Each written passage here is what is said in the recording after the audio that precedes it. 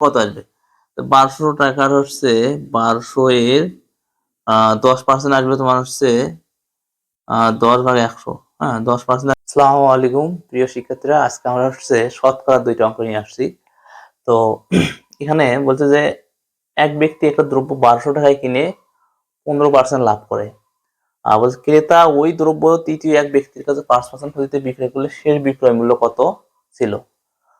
তো এখানে দেখো, অঙ্কটা আমরা খুব শর্ট পদ্ধতিতে করতে পারবো বেসিকে, যে এখানে 1200 টাকা কিনে 15% লাভ করছে। তো তাহলে তোমার হচ্ছে 15% লাভ যদি করে, তো 1200 টাকা 15% কত আসবে?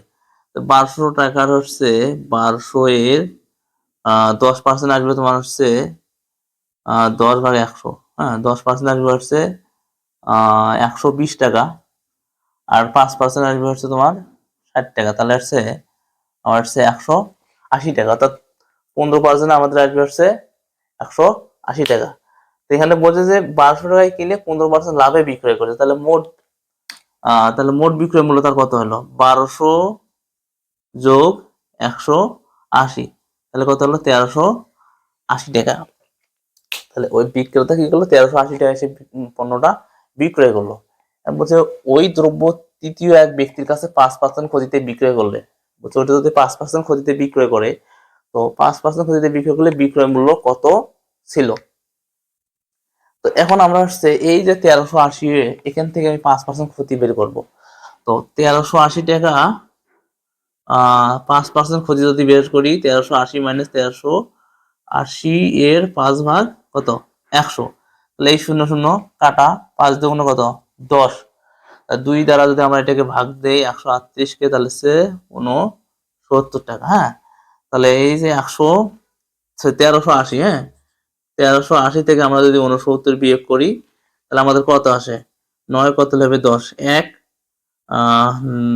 6 এর 7, তাহলে হচ্ছে এখানে আসবে হচ্ছে 1, আর হচ্ছে তোমার হচ্ছে 3, 1311 টাকা।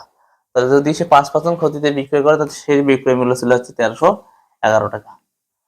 তারপর একটা অঙ্ক আসছে, বলছে একটি তরমুজ 324 টাকায় বিক্রয় করলে 10% ক্ষতি হয়। কত টাকায় বিক্রয় করলে ওই তরমুজটা 20% লাভ হবে? তো 10% ক্ষতিতে বিক্রয় করলে কত টাকা আমাদের বিক্রয় মূল্য আসে, সেটা আমরা যদি আগে বের করি। আচ্ছা, 10% যদি এখানে দেখো 324 টাকায় বিক্রয় করলে 10% ক্ষতি হয়, মানে 10% ক্ষতি হওয়ার পর তার বিক্রয় মূল্য হচ্ছে 324 টাকা। তার মানে 90% সমান কিন্তু আমাদের হচ্ছে তোমার হচ্ছে 324 টাকা। যেহেতু 10% ক্ষতি হয়েছে, মোট টাকা ছিল 100 টাকা, সেখান থেকে 10% ক্ষতি হওয়ার পর তাহলে হচ্ছে কত? 90 নাকি? তাহলে 90% সমান হচ্ছে 324 টাকা। তাহলে আমরা সরাসরি 90% সমান হচ্ছে 324 টাকা। তাহলে 1% সমান সমান কত? 324 ভাগ হচ্ছে 90। তো পরে বলছে যে কত টাকায় বিক্রয় করলে 20% লাভ হবে?